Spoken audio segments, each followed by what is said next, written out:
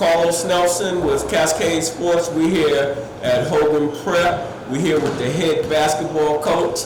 Who do we have here? Rob Heitman. Hey, Coach, take the mic. Yeah, and tell our audience a little bit about yourself and tell our audience a little bit about your program. Yes, 16th year at Hogan Prep, 10th year on the guys side.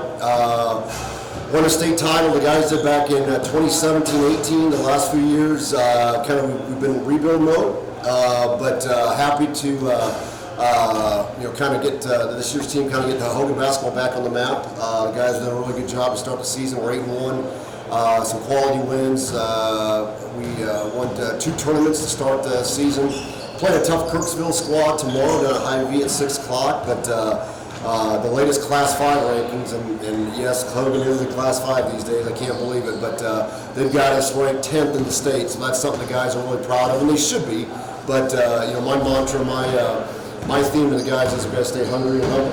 Just because we've cracked the top 10 doesn't mean that it's time to kind of kick our feet up. We got to keep working. When I asked the players about you and your personality, they said that you was humble.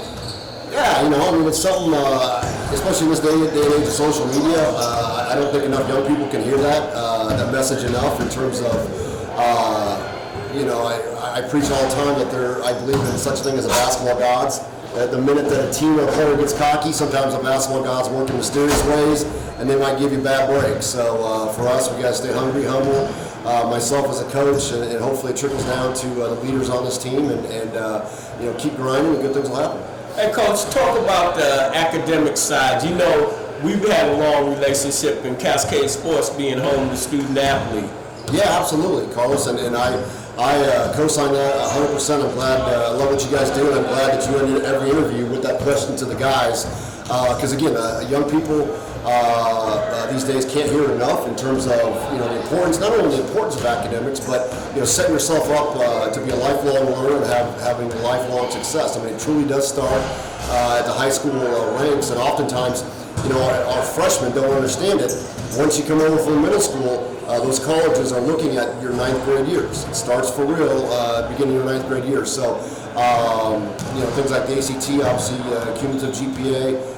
We preach it, we talk until we're blue in the face, and we appreciate people like you in the media who also kind of hammer that home with your interviews that basketball and grades, basketball and academics go hand in hand. Bridging the gap between sports and education, you might be able to get an education through this sport that'll get you in a position that'll take care of you for life.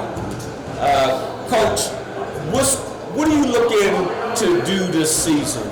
Finish up with you. That's a great question. We've got, like I said, tough one tomorrow, then 2 tough ones next week, and then we go to the St. Joe Benton tournament where we drew Winnetonka in the first round. Winnetonka is undefeated, so we know the next, and we also got Van Horn in that tournament too. So these next 2 or 3 weeks are going to be tough, but I told the guys, and I knew we had possibly something special brewing this summer with the work that we put in June.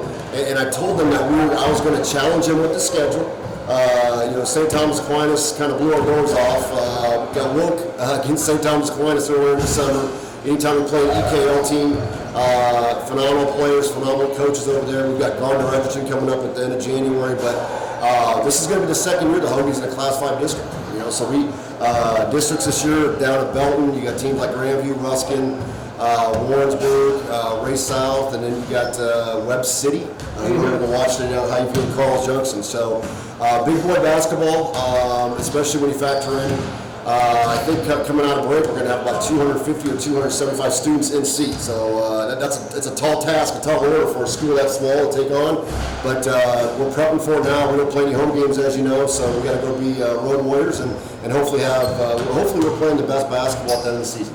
All right, Coach, it's a pleasing pleasure having you on the show, and we look forward to covering at least one of your games. Thanks, Carlos. Appreciate it. The program is brought to you by the Kansas City Business Association.